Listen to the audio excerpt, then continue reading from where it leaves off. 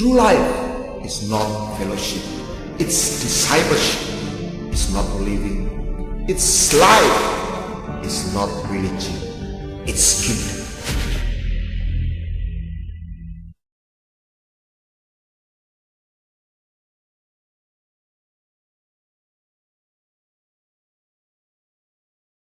Shalom, salam kehidupan, jemaat yang dikasih Bapa, yang dikasih oleh banyak orang. Mari kita merenungkan sejenak sebagian kebenarannya. Mari kita berdoa.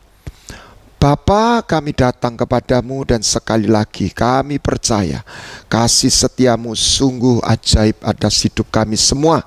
Kiranya Engkau menyingkapkan kebenaran ini dan Roh Kudus Engkau mengurapinya di dalam nama Yesus Kristus. Amin.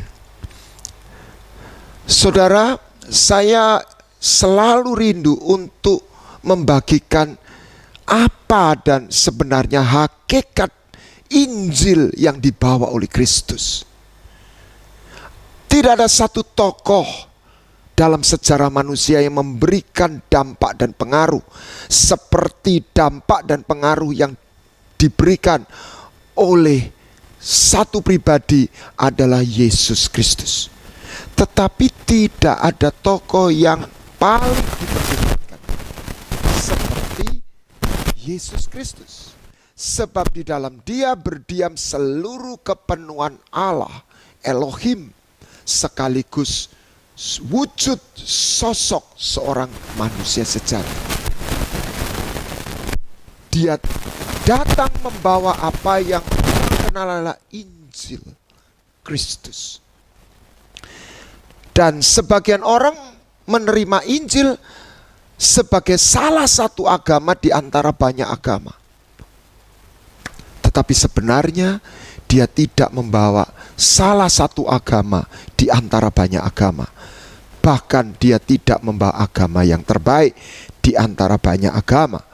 Tetapi dia membawa sebuah paradigma yang baru. Kristus tidak membawa kebenaran. Dialah kebenaran.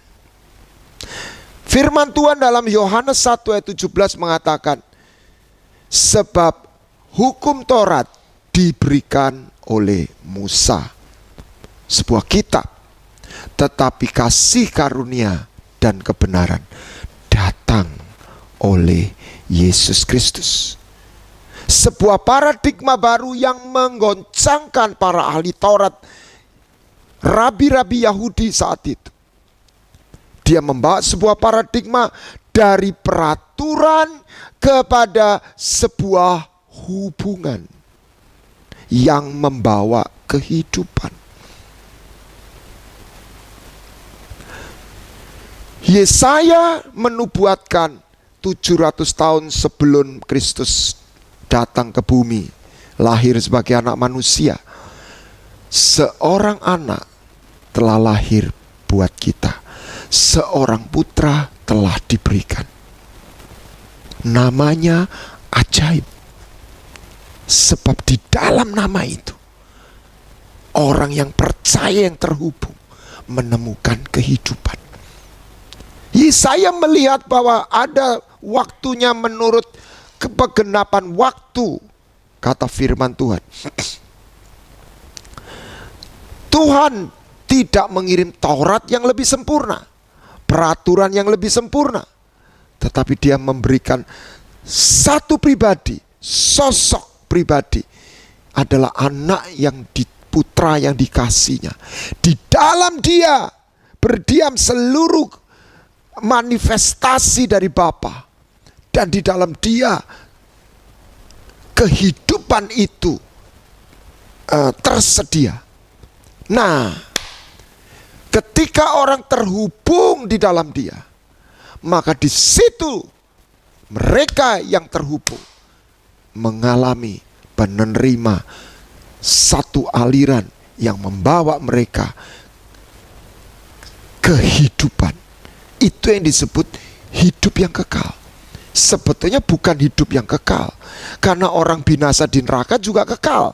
Mereka bukan hilang, mereka tetap ada. tetapi mereka binasa. Jadi kata hidup kekal mengalami satu kehidupan. Zoe, Saim, divine life.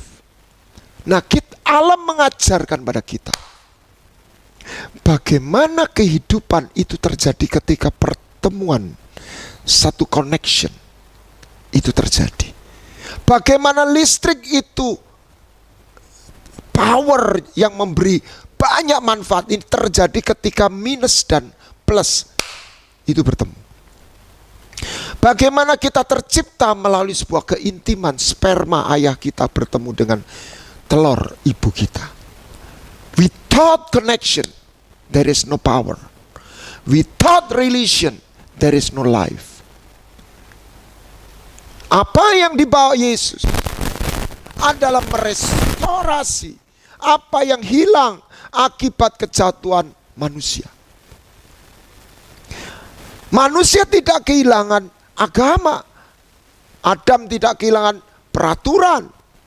Adam tidak kehilangan doktrin. Adam kehilangan hubungan. Tuhan berkata, apa gunanya orang memiliki seluruh dunia kalau dia kehilangan hidupnya? Kalau dia lost his life. Apa gunanya orang memiliki pengertian begitu lengkap? Kalau ini bicara rohani, apa gunanya saya memiliki semua doktrin yang benar kalau saya kehilangan connection, dan di situ saya kehilangan kehidupan. Nah, Tuhan berkata, menyampaikan pada ahli Taurat, bagaimana orang bisa mendapatkan hidup yang kekal. Kasihlah Tuhan Allahmu dengan segenap hatimu, jiwamu, kekuatan dan akal budimu, dan kasihlah sesamamu seperti engkau mengasihi dirimu sendiri.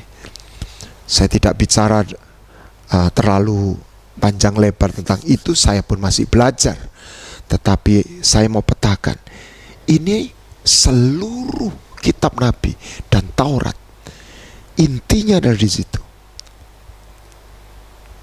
Coba perhatikan, apa makna ayat tersebut? Hubungan saya dengan Tuhan, hubungan saya dengan sesama, hubungan saya dengan diri saya sendiri. Itu sangat menentukan kita menjadi siapa, apa yang kita peroleh, dan bagaimana kehidupan kita. Tanpa hubungan, semua yang kita miliki secara jasmani, nothing. Apa yang membuat Daud dan Saul berbeda? Daud mengerti apa yang terpenting dalam hidup ini, hubungan. Apa yang dia pertahankan ketika dia jatuh dalam dosa dan kerajaannya goncang. Dia sudah harus lari dari Yerusalem ketika pasukannya Absalom menyerbu masuk Yerusalem. Dia minta satu hal, jangan kau ambil rohmu dalam hidupku. Daud tahu what is the most precious thing in our life is relation. Dan Tuhan menawarkan sebuah relation, bahkan bukan satu hubungan biasa, hubungan dalam perjanjian.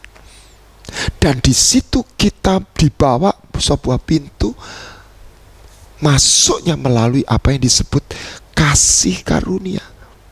Tanpa kasih karunia kita gak bisa masuk. Ada satu ayat dikatakan kasih karunia dari Kristus, kasih Allah dan persekutuan Roh Kudus. Apa perbedaan kasih dan kasih karunia?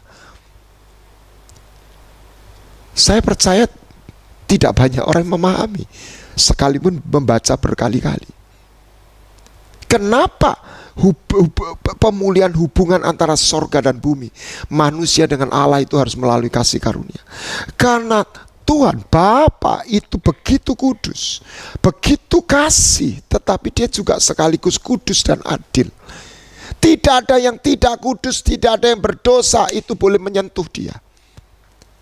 Sehingga manusia itu yang sudah jatuh dalam dosa, bukan hanya berbuat dosa, tapi dalam keadaan dosa, tidak mungkin, mustahil terhubung dengan sorga, sekalipun dia beragama. Sehingga dia mati di dalam dosanya. Dia bahkan mati dalam agamanya. Dia mati di dalam apa yang dia perbuat, baik jahat maupun baik. Itulah pohon pengetahuan baik dan jahat. Yesus Kristus memberikan kasih karunia. Sebuah kasih yang mampu menerobos keadilan, menerobos tuntutan Taurat. Ibarat es batu yang tidak bisa masuk dalam sebuah botol. Tetapi ketika es batu dicairkan, dia mampu masuk dalam satu botol yang lubangnya kecil. Padahal rumus molekulnya sama, H2O. Kasih Allah dan kasih karunia Kristus itu hakikatnya sama.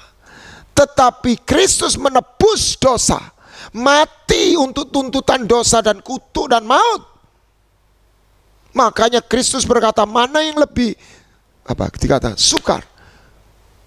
Bangun dan angkatlah tilammu, jadilah engkau sembuh, dengan dosamu diampuni. Buat Kristus jauh lebih sukar untuk dia berkata, dosamu diampuni. Dia harus mati di atas kayu salib. Karena Tuhan itu menghormati firman. Nah, ketika Maria Magdalena atau perempuan berzina diseret di tengah jalan, saya kadang-kadang lihat dunia rohani, dunia agama itu begitu paranoid, begitu suka menghakimi orang. Itu perempuan diseret di tengah jalan, dipermalukan, mungkin pakaiannya tidak lengkap, dan dia memohon belas kasihan. Tetapi ahli Taurat itu memandang perempuan itu dengan jijik, mungkin meludahi dengan batu siap di tangan untuk dilempari hingga mati. Tiba-tiba ada satu sepasang kaki, satu sosok yang menengahi mereka dan menulis sesuatu di tanah. Ahli Taurat, para ahli Taurat yang sudah siap menghakimi perempuan yang berzina itu terhentak. Saya percaya satu penyingkapan dosa-dosa pribadi yang disembunyikan oleh para pemimpin agama. Dan mereka dengan malu melepas batu dan pergi satu-satu. Dan perempuan yang sudah seperti sampah itu, dengan keputusasaannya dia menyentuh kaki Kristus. Sementara yang sebelumnya dia coba memohon belas kasihan kepada ahli Taurat, mungkin kaki itu menendang dia dan memandang dia dengan mata yang jijik. Tapi kali ini berbeda. Kaki itu tidak menolak ketika dia menyentuhnya. Dan dia melihat tangan terulur, dan dia meraih, menggapai tangan itu. Dan dia menengadah ke atas. Dia bertemu sepasang mata yang begitu teduh, begitu penuh kasih. That is amazing grace. Kasih karunia. Perempuan, di manakah orang yang hendak menghukum kau? Tidak ada Tuhan. Aku pun tidak menghukum kau. Karena Yesus akan dan sudah membayar dosa di atas kayu salib. Pergilah, jangan berbuat dosa lagi. Itulah kebenaran. Bukan berarti kasih karunia dipisahkan dari kebenaran. Melalui itu, kasih karunia dan kebenaran, kita bukan hanya beragama, kita terhubung dalam sebuah persekutuan di dalam dan oleh Roh Kudus. Itu yang disebut kasih Allah, kasih karunia Kristus. Saya bacakan. Persekutuan Roh Kudus, saya nggak siapin ayatnya.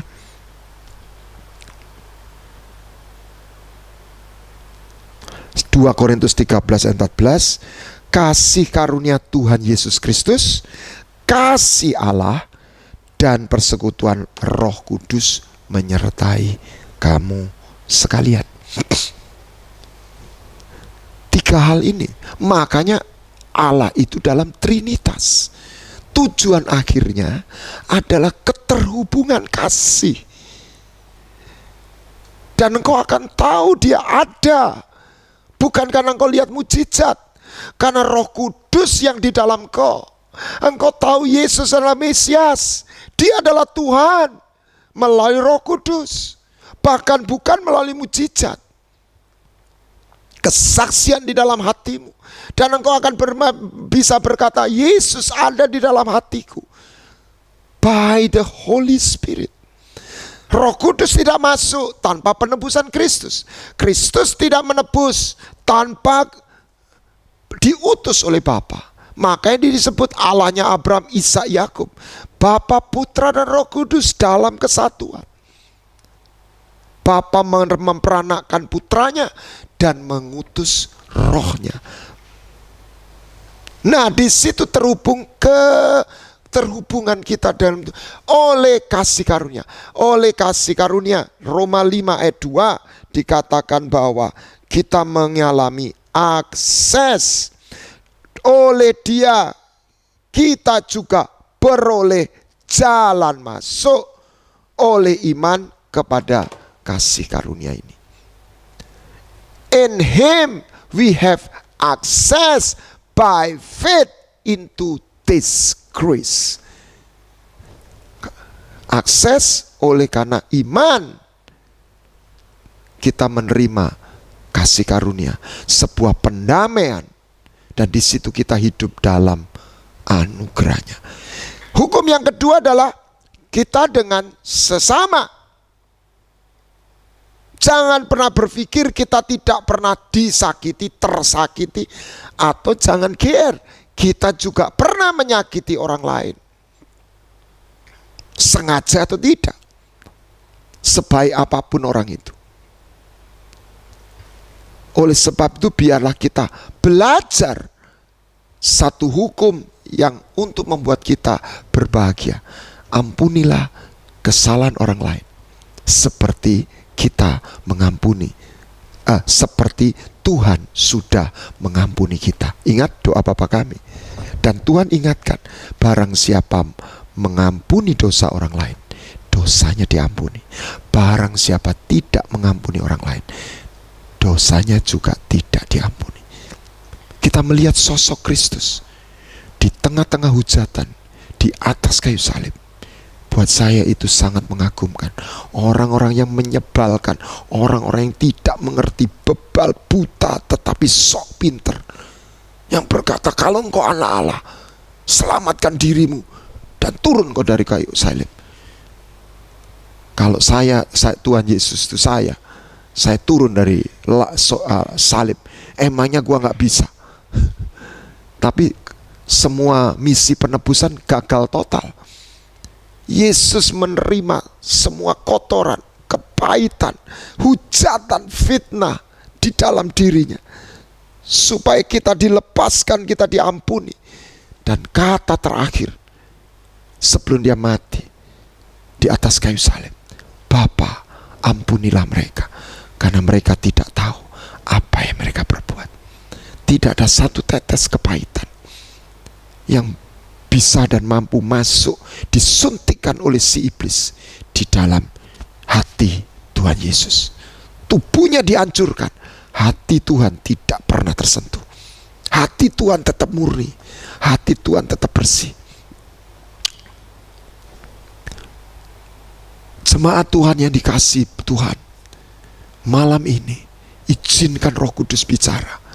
Kalau engkau punya ganjelan, kalau engkau saat ini tersakiti atau disakiti oleh seseorang, bahkan orang yang engkau anggap itu orang yang begitu dekat, orang yang kau harapkan dia memahami engkau, mencintai engkau, tetapi ternyata dia mengecewakan hidupmu, ternyata dia tidak pernah memahami diri. Malam ini biarlah engkau menangis di bawah kaki Tuhan, biarlah engkau curhat di hadapan Dia. Tapi di situ engkau dibebaskan dari rasa marah, dari rasa benci, dari rasa kecewa, sehingga engkau tetap mampu memahami, bahkan mengasihi orang itu. Sebab ini perintah, kasihlah Tuhan Allahmu dan sesama. Dua hal ini gak bisa dipisahkan. Kita gak bisa doa berjam-jam tiap hari Kemis, tapi kita gak mau berdamai dengan orang lain. Ingat Matius 5 ayat 23 kalau gak salah. Kalau engkau datang kepada Tuhan, mari kita lihat Matius 5 ayat 23 kalau nggak salah. Sebab itu jika engkau mempersembahkan persembahanmu di atas mezbah, berdoa, menyembah, dan kau teringat akan sesuatu yang ada di dalam hati saudaramu terhadap engkau, tinggalkanlah persembahanmu di depan mezbah itu dan pergilah berdamai dulu dengan saudaramu itu, lalu kembali untuk mempersembahkan persembahanmu itu. Haleluya. Malam ini, kalau ini Tuhan Yesus, kamu pulang dulu deh. Kalau belum damai, jangan lanjutin doa. Nanti setelah damai, kembali.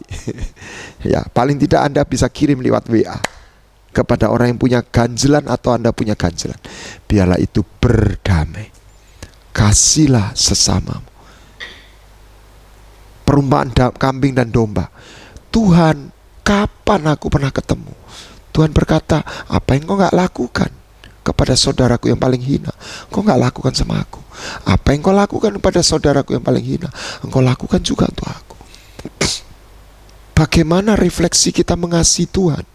Refleksi kita adalah mengasihi manusia yang dikasihi Tuhan. Mengasihi yang dikasihi Tuhan. Mengasihi makhluk yang dikasihi Tuhan. Siapa itu? Manusia. Iya, tapi nyebelin tuh, Pak.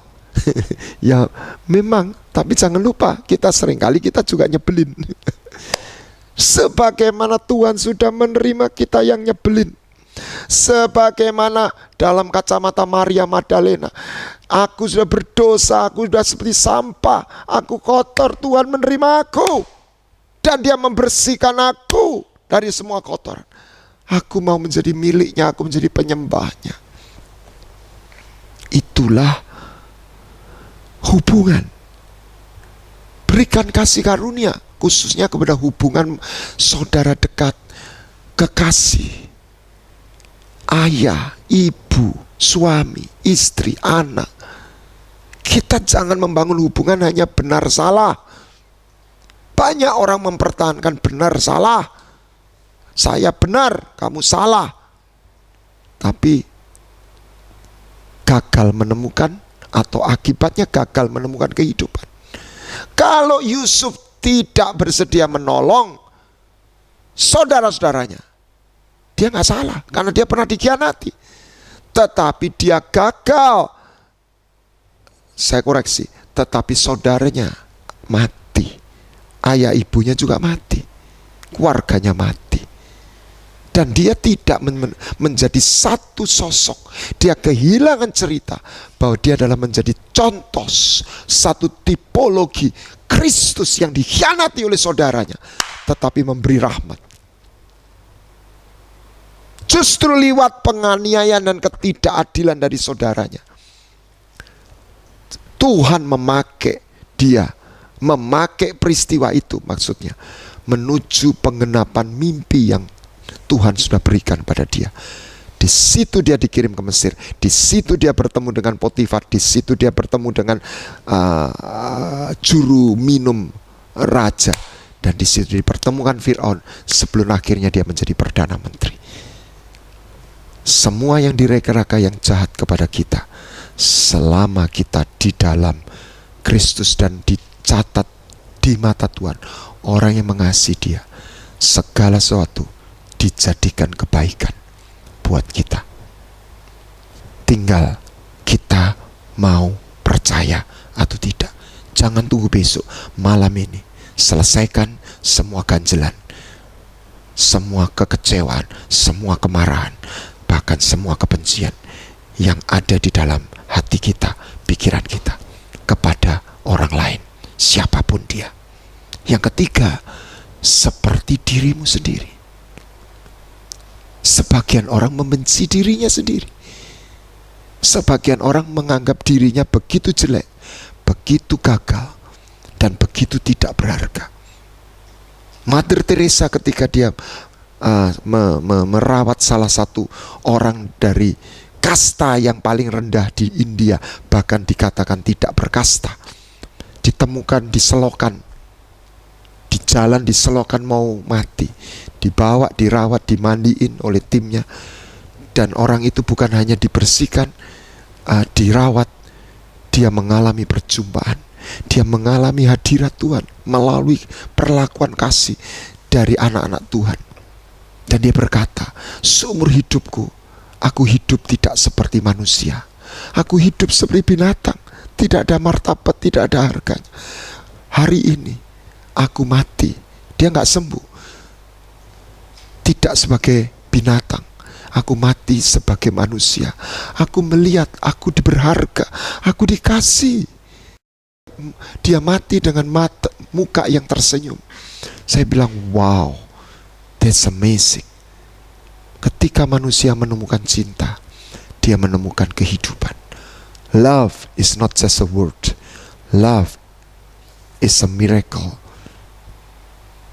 Cinta adalah sebuah keajaiban yang membawa kita kepada kehidupan. Dan kita dipanggil untuk mengasihi diri kita sendiri. Bukan dalam nuansa egois, tapi dalam nuansa kita bertanggung jawab atas kehidupan yang Tuhan sudah berikan pada kita. Ingat, Anda gak ciptain tanganmu, Anda gak ciptain matamu, Anda tidak ciptakan rambutmu, Anda gak ciptakan jantungmu. Everything that we have is a gift. Sebuah pemberian, anugerah. Bukan untuk diberikan, bukan untuk dititipkan, untuk dipercayakan. Ini adalah anugerah yang dipercayakan seperti talenta untuk menghasilkan buah. Oleh sebab itu rawatlah, jaga kesehatan tubuhmu, jaga gaya hidupmu. Bukan untuk memuaskan hawa nafsumu, tetapi supaya ini menjadi wadah untuk engkau melakukan pekerjaan Tuhan. Saya hamba Tuhan yang sadar dengan kesehatan.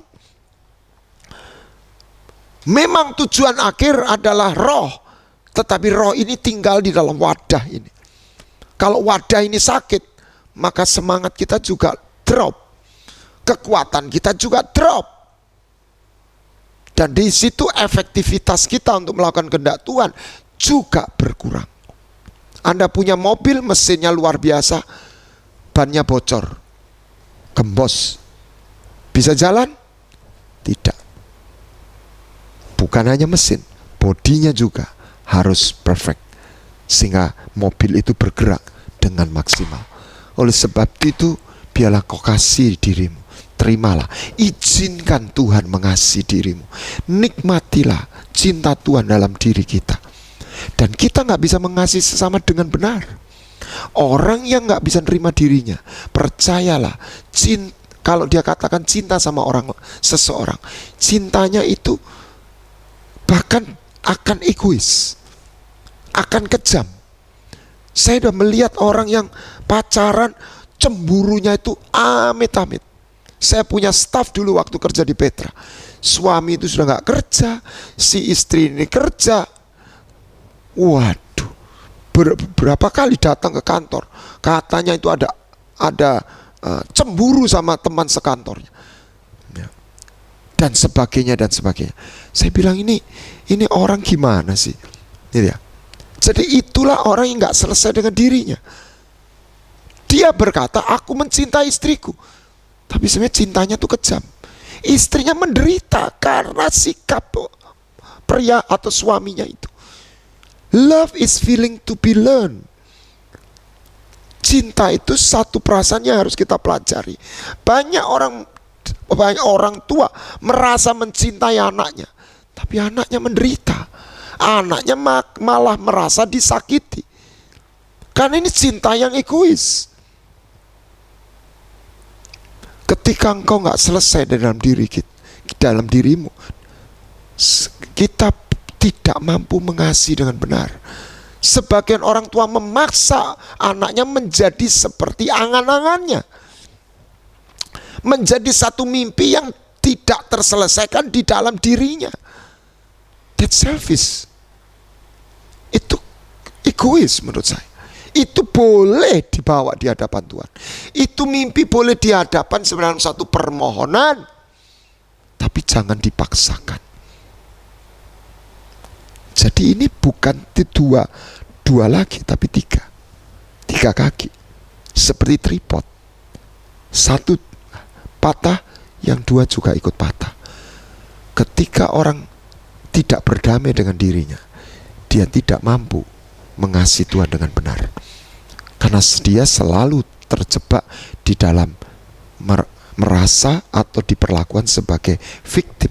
Itulah orang Israel. Tiap kali ada kesulitan, itu sebuah proses, tapi dia merasa mereka jadi korban nasib.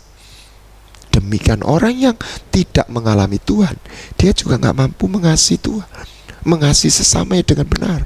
Atau sebaliknya, dia merasa mengasihi Tuhan, saya balik, tapi tidak bersedia mengasihi sesama.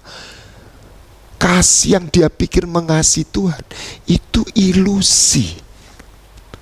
Doa berjam-jam itu ilusi di mata Tuhan. Anda kaget, tapi itulah kebenaran firman. Anda baca dalam Amos, tambahi korbanmu, perayaanmu. Tapi kalau engkau gak hidup benar, kalau engkau gak berbuat baik pada sesama, saya gak terima korbanmu, saya gak suka dengan semua persembahanmu. Itulah sebab kasihlah sesamamu, Tuhan Allahmu sesamamu, dan dirimu seperti dirimu sendiri. Life is all about relationship. Injil datang supaya kau mengalami perjumpaan, sebuah hubungan yang hidup dalam Roh Kudus. Engkau gak ketemu agama, kita ketemu satu sosok pribadi yang hadir. In your presence there is comfort. In your presence there is peace. When I seek to know your heart, I will find such blessed assurance in your holy presence, Lord. Dan kasihnya, damai sejahteranya memampukan untuk kita mengasihi dan mengampuni sesama, sekaligus menerima diri kita, mengampuni diri kita. Dan ketiganya itu kita terima dan kita alami, kita menjadi manusia yang menemukan kehidupan. Tuhan Yesus memberkati. Mari kita berdoa. Tuhan, ajarilah kami bahasa kasih-Mu, ajarilah kami mengerti bagaimana hidup berjalan di hadapan-Mu. Dengan kami menjubahkan pakaian jubah kekudusan, dengan kami bersedia mengulurkan tangan kami kepada orang lain dan bersedia menerima diri kami sebagaimana adanya, karena Engkau sudah mengampuni dan mengasihi kami. Dan kami terus tetap melangkah, sekalipun saat ini kami menangis, tapi kami terus maju melangkah dan menabur benih, sehingga kami akan melihat kebaikan-Mu dicurahkan. Sorak-sorai sudah Kau sediakan buat hidup kami. Kuatkanlah setiap anak-anak-Mu malam hari ini. Kiranya anugerah-Mu, kasih Allah, kasih karunia Kristus Yesus, dan persekutuan Roh Kudus menyertai kita semua, kami semua malam ini, dalam nama Tuhan Yesus Kristus. Amin.